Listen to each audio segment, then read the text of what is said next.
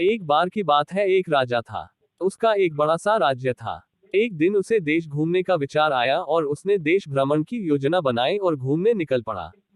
जब वह यात्रा से लौटकर अपने महल आया, उसने अपने मंत्रियों से पैरों में दर्द होने की शिकायत की। राजा का कहना था कि मार्ग में जो कंकड़ पत्थर थे वे मेरे पैरों में चुभ गए और इसके लिए कुछ इंतजाम करना चाहिए।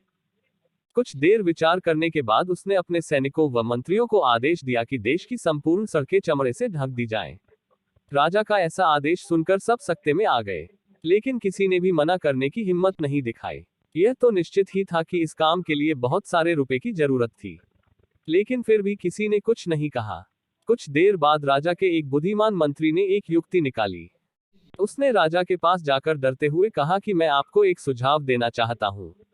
अगर आप इतने रुपयों को अनावश्यक रूप से बर्बाद न करना चाहें तो एक अच्छी तरकीब मेरे पास है, जिससे आपका काम भी हो जाएगा और अनावश्यक रुपयों की बर्बादी भी बच जाएगी। राजा आश्चर्यचकित था, क्योंकि पहली बार किसी ने उसकी आज्ञा न मानने की बात कही थी। उसने कहा, बताओ क्या सुझाव है।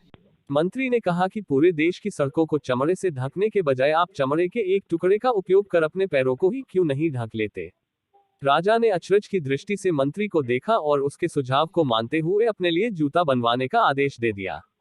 यह कहानी हमें एक महत्वपूर्ण पाठ सिखाती है कि हमेशा ऐसे हल के बारे में सोचना चाहिए जो ज्यादा उपयोगी हो।